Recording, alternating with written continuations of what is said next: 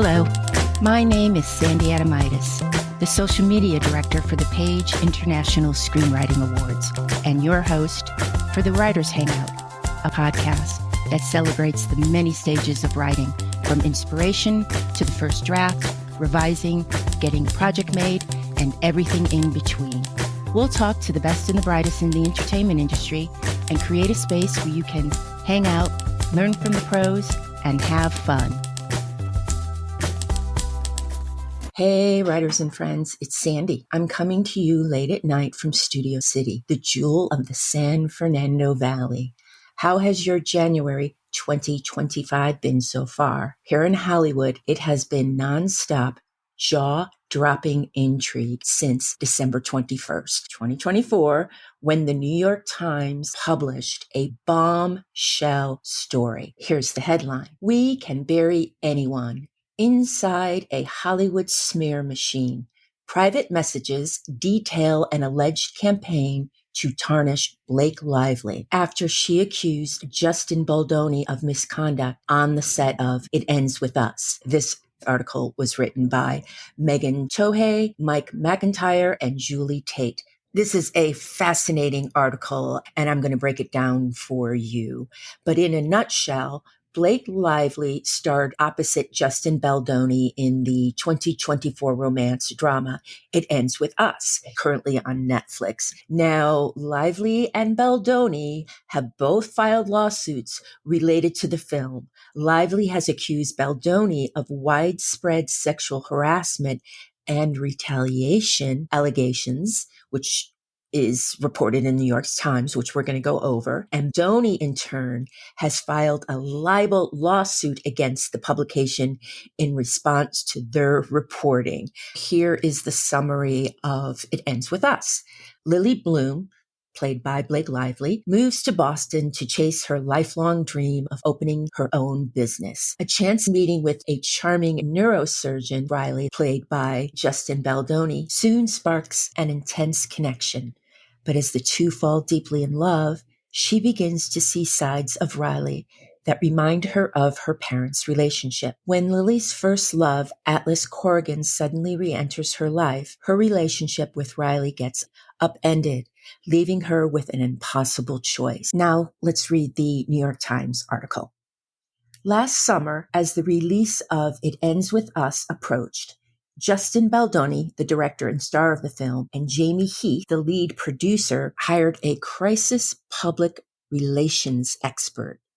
During shooting, Blake Lively, the co-star, had complained that the men had repeatedly violated physical boundaries and made sexual and other inappropriate comments to her. Their studio, Wayfair, agreed to provide a full-time intimacy coordinator, bring in an outside producer, and put other safeguards on set. The studio also agreed not to retaliate against the actress. But by August, the two men who had positioned themselves as feminist allies in the Me Too era expressed fears that her allegations would become public and taint them. According to a legal complaint that she filed Friday, it claims that their PR effort had an explicit goal to harm Miss Lively's reputation instead. Her filings included thousands of pages of text messages and emails that she obtained through a subpoena. These and other documents were reviewed by the New York Times. There have long been figures behind the scenes shaping public opinion around celebrities through gossip columns, tabloids, and strategic interviews. The documents show an additional playbook for waging a largely undetected smear campaign in the digital era. While the film about domestic violence was a box office hit, making nearly $350 million worldwide, online criticism of the actress skyrocketed. I remember this. I remember just thinking, what are the odds that this movie is about domestic violence And everyone, it seemed everywhere you turn, that people were just dumping all over Blake Lively. He wants to feel like she can be buried, a publicist working with the studio and Mr. Baldoni wrote in an August 2nd message to the crisis management expert, Melissa Nathan. And you know what Melissa Nathan wrote back, guys? She wrote back, we can bury anyone. How should that be read? You know, we can bury anyone. Ha ha ha ha ha ha ha. Ah, man, just the ego. I haven't dealt with very many publicists, but I do know it kind of got weird. You would have to deal with the publicist people. Some publicists consider themselves also the star, and you have to fight like hell just to get to them so they could say no to your request, basically. All right. In the following weeks, Ms. Nathan, whose clients have included Johnny Depp and the rappers Drake and Travis Scott, went hard at the press, pushing to prevent stories about Mr. Baldoni's behavior and reinforcing negative ones about Miss Lively, the text messages show. Now you remember Johnny Depp, that was with Amber Heard. I know people were just enthralled by that trial, especially since it was on television. I really didn't pay attention to it that much. Kept seeing puffy old Johnny and this young woman, and she was being trashed. And Johnny Depp was all googly eyes in the court for his lawyer. It just, I didn't want to lose my dignity watching that trial. But Johnny Depp prevailed. And I think public opinion had a lot to do with that. Now you have Drake. I don't know how you go up against someone like Kendrick Lamar and Travis Scott. You have to remember Travis Scott had all those deaths at an open air festival concert.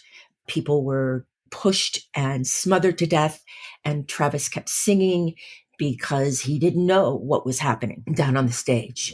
Back to the article, Wallace, a self-described hired gun, led a digital strategy that included boosting social media posts that could help their cause. An attorney for Wayfair, remember the studio that did the film, said in a statement to the Times, "These claims are completely false, outrageous, and intentionally salacious, with an intent to publicly hurt and rehash a narrative in the media." I'm going to skip ahead. Now, the thing is, writers, it worked. As the New York Times points out, the effort to tarnish Miss Lively appears to have paid off. Within days of the film's release, the negative media coverage and commentary became an unusually high percentage of her online presence. According to a forensic review she sought from a brand marketing consultant. Miss Lively, who is married to the actor Ryan Reynolds of Deadpool fame and is close to Taylor Swift. Ding, ding, ding. That is our very first Taylor Swift comment. As we all know, Blake Lively and Taylor Swift are very close, and Taylor Swift is godmother to, I don't know, 1, 2, 3, 4, I don't know how many, but she is godmother to at least one of Blake and Ryan's children. She was branded tone deaf, difficult to work with, a bully. Yeah, this is all when the movie The Press was going on. An old interview came up where Blake wasn't being very kind to a female journalist. I looked it up. I remember it was very awkward. But who was it? Chad Michael Murray? Who was it? Chad Michael Murray, who said he owned that his wife was the most beautiful animal that he owned. Chad Everett? I don't know. He was a old-time TV actor. I'm probably naming a current heartthrob kid, Chad Michael Murray. Yeah, I think that's a CW kid. Oh, and the hair care products during the press tour. Blake would bring up her hair care product being launched during interviews. And people felt that this was a very serious movie about domestic violence and you shouldn't bring in frivolous things. Okay, I got that. It Ends With Us is not The Burning Bed. Kids, look it up. It's the Nancy Meyers of domestic violence movies. And I do not mean that in a disparaging way. There's so many ways to look at a story. But to say Blake cannot mention hair care products because of the tone of the movie, and then the tone of the movie is also light and frothy at times, just seems like we're really digging deep to get at Blake. But I guess that's the whole point of this story. Okay, back to the article. We're skipping ahead. She's friends with Taylor. Hair care product. Okay. Mr. Baldoni, by contrast, emerged largely unscathed. This month, he was honored at a star-studded event celebrating men who elevate women, combat gender bias violence, and promote gender equality worldwide. Let's do a Brubaker clap for Baldoni, shall we? In a statement, Miss Lively said, "I hope that my legal actions helps pull back the curtain on these sinister retaliatory tactics to harm people who speak up about misconduct and helps protect others who may be targeted." She also denied that she or any of her representatives planted or spread negative information about Mr. Baldoni or Wayfair. In May, several months after the filming wrapped, Mr. Baldoni realized that Mr. Reynolds, that's Ryan Reynolds, Deadpool, Blake and Ryan are married, as you know, Mint Mobile, had blocked him on Instagram. How high school is that, writers and friends? How interesting. If a woman said so-and-so blocked me, everybody would be going, nah, you're being super sensitive. But Baldoni was right. He figured it out. Something was up because Ryan blocked him. We should have a plan for if she does the same when the movie comes out, Mr. Baldoni wrote of Miss Lively in the text exchange that included Ms. Abel, a publicist who had long worked with him in Wayfair. Plans make me feel at ease. Mr. Baldoni, 40, and Mr. Heath, 55, had a lot riding on the film, which is based on the best-selling novel by Colleen Hoover and of the same name. Mr. Baldoni was best known for the CW romantic dramedy Jane the Virgin. Wayfair provided the resources for bigger ambitions. It was bankrolled by the billionaire Steve Sorowitz, who is co-chair of the studio with Mr. Baldoni. They and Mr. Heath, the chief executive, are all deeply involved with the Baha'i religious organization, which promotes unity, peace, and gender equality. Mr. Baldoni has presented himself as an ally to women, writing books, co-hosting a podcast with Mr. Heath, and giving talks on toxic masculinity. It just makes it all so worse, doesn't it? Very interesting. Now, I had heard of the Baha'i religion before. I believe it came out of Iran. Rainn Wilson of The Office is also a member. And when I was listening to a podcast of Rainn Wilson's, he mentioned it. And it sounds like a very lovely religion. Ms. Lively, 37, was by far the bigger star. The TV show Gossip Girl catapulted her to early fame, and she appeared in films ranging from The Sisterhood of the Traveling Pants to The Town. She built businesses outside of the entertainment industry. Her hair care products appeared on the covers of glossy magazines and amassed more than 45 million Instagram followers. Wow. Ms. Lively had expressed concern about Mr. Baldoni from the beginning. According to her legal complaint, before shooting began, for example, she objected to sex scenes he wanted to add that she considered gratuitous. In November 2023, As the cast of It Ends With Us was preparing to resume shooting after a months-long writer's strike, Ms. Lively went to Wayfair with the side letter seeking safeguards. As you remember, back in 2023, we had the writer's strike that just went on for months and months and months. So they were shooting a movie when this happened, and the writers and actors went on strike. So now Blake's saying, I'm going to come back, but we're going to have a meeting and you're going to sign a contract that you're not going to do certain things. Back to the article. She detailed her complaints during a meeting with Mr. Baldoni, Mr. Heath, and other producers in January, according to the filing. She claimed Mr. Baldoni had improvised wanted kissing and discussing his sex life, including encounters in which he said he may not have received consent. Mr. Heath had shown her a video of his wife naked, she said, and he had watched Miss Lively in her trailer while she was topless and having body makeup removed, despite her asking him to look away. She said that both men repeatedly entered her makeup trailer uninvited while she was undressed, including when she was breastfeeding. In agreeing to the terms that Miss Lively sought, Wayfair acknowledged that although our perspective differs in many aspects, ensuring a safe environment for all is paramount, according to her legal complaint. By the spring, Miss Lively told people she worked with that the men's behavior had improved with the new protections. But she was now in a creative battle with them. And we're going to do part 2 just based on that sentence. And I'll also talk about that at the end. Again, but she was now in a creative battle with them. With the support of Sony, the film's distributor, she made her own cut of the movie, bringing in editors and a composer and adding one of Ms. Swift's songs. All right, I'm okay. I don't know. I see that as a really kind of baller move on her part.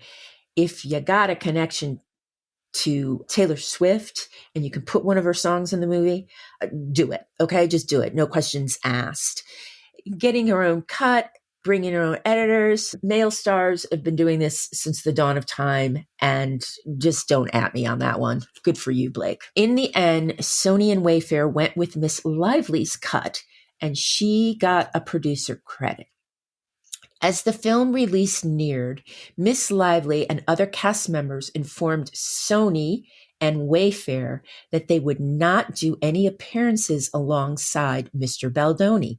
So did Miss Hoover. She wrote the book, and she was also a writer along with Christy Hall, who had her own issues with Baldoni and had become more upset after he told her about Blake Lively's allegations, according to a text message from Baldoni and Mr. Heath. So Hoover, the author, who would not stand next to Baldoni on a press line, isn't saying Blake came to her and whispered in her ear and dropped a flea that Baldoni is mean to me. No, it was Baldoni telling Heath what he thought Blake was going to be doing. Okay.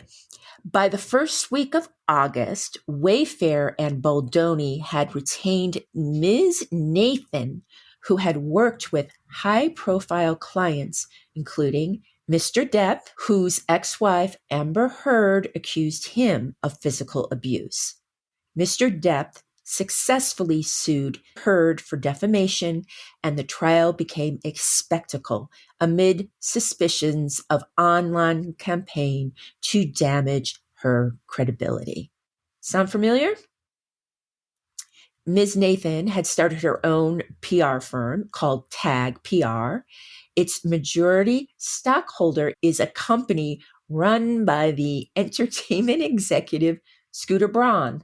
Now, Scooter's name should sound familiar to you. Those who are political might think of another Scooter, but this Scooter Braun brought us Justin Bieber. He purchased Taylor Swift's catalog of songs, and it upset Taylor so much that she re-recorded every single album and re-released every single album. In an initial planning document sent to Wayfair and to Mr. Baldoni on August 2nd, Mr. Nathan suggested media talking points, including that Miss Lively used an imbalance of power to take creative control of the film. But Mr. Baldoni wanted more. Not in love with the document they sent, he responded in a text. Not sure I'm feeling the protection I felt on the call. Miss Abel relayed his frustrations to Nathan. I think you guys need to be tough and show the strength of what you guys can do in these scenarios. Baldoni wants to know that Lively can be buried.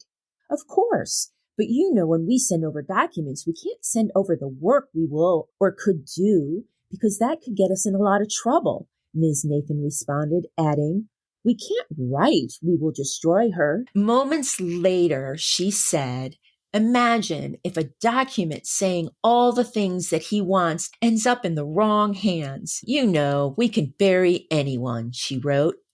3 days later, Mr. Baldoni texted Miss Abel, flagging a social media thread that accused another celebrity of bullying behavior and had generated 19 million views. This is what we need, he wrote. Ms. Nathan soon floated proposals to hire contractors to dominate social media through full social account takedowns by starting threads of theories and generally working to change the narrative. Jennifer ends it with, all of this will be most importantly untraceable. Jennifer. I think we need to put the social combat plan into motion. Within days, the group was working with Mr. Wallace, whose company, Street Relations, offers services ranging from public relations to more opaque crisis management. He's a puzzling figure with very little digital trail. Brilliant. I have to give it up to you, Mr. Wallace, that you can work on a digital campaign to destroy someone, yet you have little digital trail. The August 6th premiere brought the first wave of press coverage questioning what had happened during the filming. A Hollywood Reporter story speculated about a rift between Miss Lively and Mr. Baldoni. I'm reading down the page. A flurry of articles followed the Hollywood Reporter piece. Many made it seem as if the only rift was over creative control. Some journalists had gotten wind of complaints about Mr. Baldoni's behavior, but none of the most serious ones were published. He doesn't realize how lucky he is right now, Mr. Nathan texted Ms. Abel.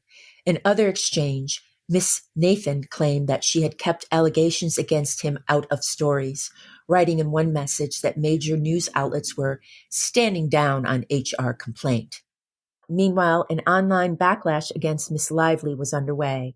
It is impossible to know how much of the negative publicity was seeded by Ms. Nathan, Mr. Wallace, and their team. On August 10th, a Norwegian entertainment reporter uploaded to YouTube a 2016 interview in which Miss Lively snapped back when the reporter commented on her baby bump and remained testy for the rest of the conversation. It was titled, The Blake Lively Interview That Made Me Want to Quit My Job. Oh, puff, puff. And told the Daily Mail that it's time that people behaving badly in Hollywood or anywhere else for that matter gets called out for it. After publications of this article, Miss Fla, that's the name of the journalist, it's FLAA, on Sunday contacted the Times and said she had not participated in any orchestrated effort to harm Miss Lively's reputation.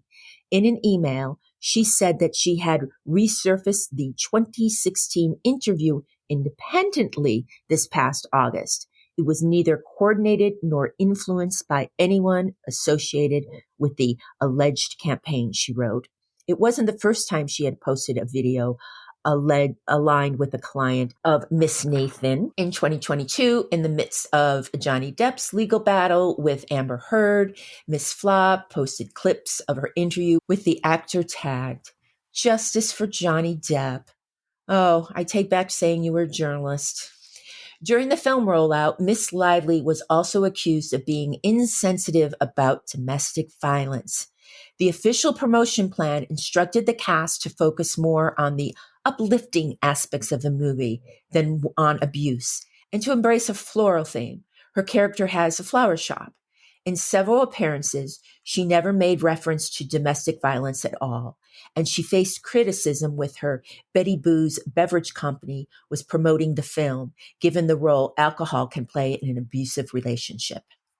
Seeing that blowback, the text messages show Mr. Baldoni and his PR team decided instead to highlight survivors of domestic violence in his interviews in social media. More criticism came when Ms. Lively said in an interview that Mr. Reynolds, who had no role in the film, had helped rewrite a scene, prompting snarky comments about the actress leaning on her husband and speculation that he had violated the writer's strike. Okay, let me unpack this one a little bit. While I was watching the movie, I did remember that Blake had said something about Ryan wrote a scene in the movie. When you watch the scene in the movie, you know it immediately. It is Brian Reynolds' patter. It is his voice. I'm sure it's their couple's voices mixed in there. And I did not mind it, and I kind of appreciated it because I personally felt the scene was very clunky.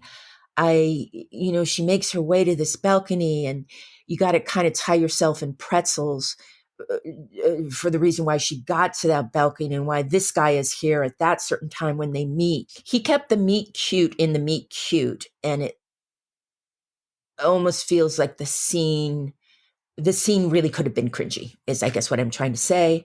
But again, I hope to get into more of that in part 2 of this. Okay, more down the article. It's unclear exactly how Mr. Wallace operated. There are references in emails to social manipulation and proactive fan posting, and text messages cite effort to boost and amplify online content that was favorable to Mr. Baldoni or critical of Ms. Lively. We are crushing it on Reddit, Mr. Wallace told Ms. Nathan, according to a text she sent Ms. Abel on August 9th. The next day, one of Ms. Nathan's employees texted, "We've started to see shift on social due largely to Jed and his team's effort to shift the narrative." Ms. Nathan wrote to Ms. Abel, "And socials are really ramping up in his favor. She must be furious. It's actually sad because it just shows you have people really want to hate on women." So they can never, ever say, "Oops, we didn't realize we were trying to destroy her career and rode the wave of the public generally hating on women. We didn't even know that was going on." When a TikTok sleuth started asking questions about Mr. Baldoni, Ms. Abel texted that this girl is on a very dangerous crusade. "We've flagged to Jed and his team for more serious action on the social media side," she wrote. Throughout the text exchange, Mr. Baldoni encourages the PR team, sometimes flagging social media posts for them to use. On August 15th, he proposed flipping the narrative on a positive story about Miss Lively and her husband by using their own words against them. Other times he appeared to vacillate, seeking assurance about the tactics being deployed. When he noticed a tabloid article critical of Miss Lively, he sends a worried text. "How can we say that we are not doing any of this? It looks like we're trying to take her down." On another occasion, he wondered whether they were deploying fake bot accounts on social media. "I can fully confirm we do not have bots," Ms. Nathan wrote, according that any digital team would be too intelligent to utilize something so obvious. Miss Nathan, you're going to have to eat those words. Mr. Wallace's operation, she wrote, is doing something very specific in terms of what they do. Mr. Baldoni and Mr. Nathan and others on the team claimed in their text exchange that Ms. Lively was using her own public relations team to create bad press about Mr. Baldoni, but cited no evidence to support those claims. By mid-August, the team was reveling in the damage to Miss Lively's image. Well, that is the New York Times article. Now, the update is Baldoni was dropped by his talent agency. His female co-host on a podcast called Man Enough quit the show. Baldoni, Wayfair, and crisis communication representatives have now sued the New York Times for libel for its reporting, claiming $250 million in damages. Baldoni and Wayfair, they're not disputing that they hired a crisis PR firm. They felt they needed public relations protections from Blake Lively herself. They feared that the things that they did on set, she would take out of context and blow them out of proportions. And they argue that that it wasn't sexual harassment. And Lively's claims are, to put it simply, false. In fact, the lawsuit implies she's a bit of a diva. Baldoni says his and Blake's interactions were professional or simply personal, but not in any way inappropriate. And here are some of Baldoni's defenses.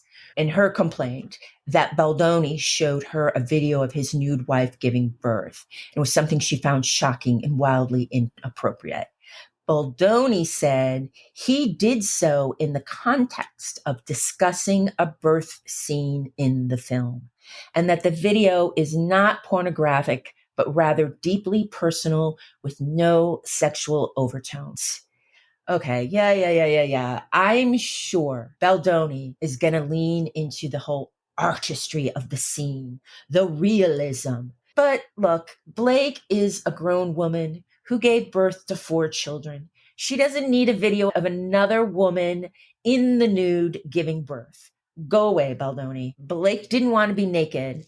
Remember, when Blake started this movie, she had given birth 4 weeks ahead of time. She didn't want to be naked.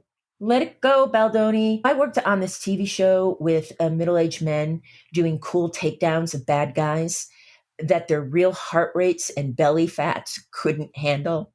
Realism can be used as a weapon for women in film. Baldoni didn't ever go into Blake's trailer uninvited, and she invited him, letting him know she was breastfeeding. I think there's a text out there where Blake says, yeah, come on over to the trailer, I'm pumping.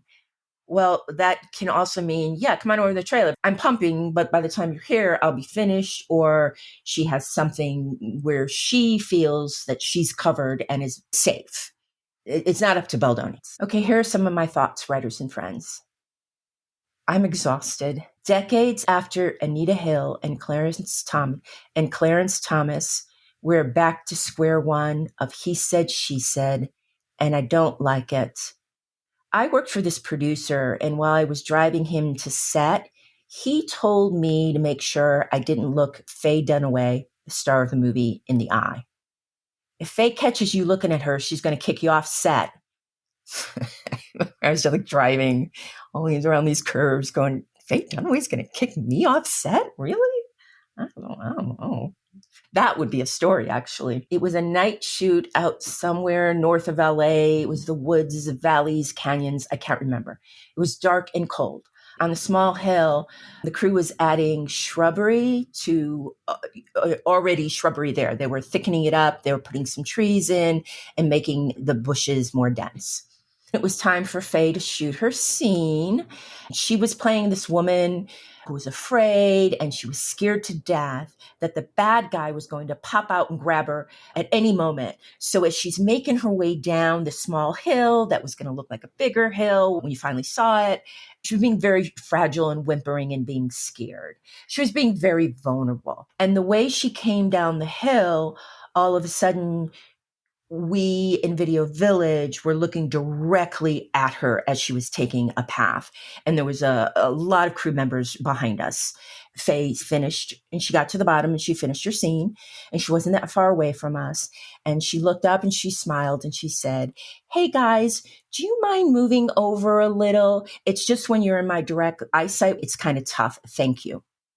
I heard the crew, as they're picking up chairs and moving crafty, say, "Faye kicked us off set again."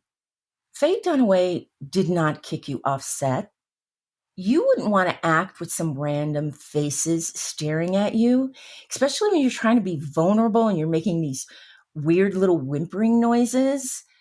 So I know Faye Dunaway has a terrible reputation in this town of being a diva and being mean and wanting to get her way, whatever that means. My own boss was telling me, don't look Faye Dunaway in the eye.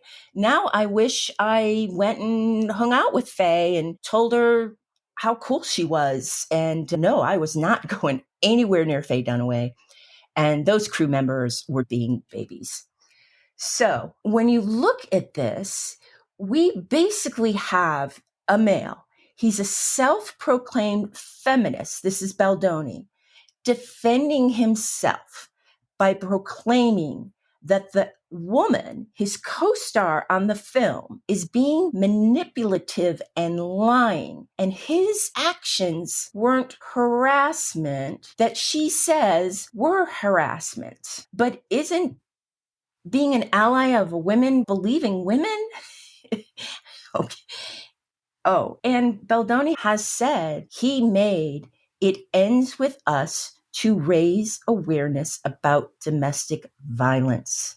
But come on, this woman is saying she felt harassed.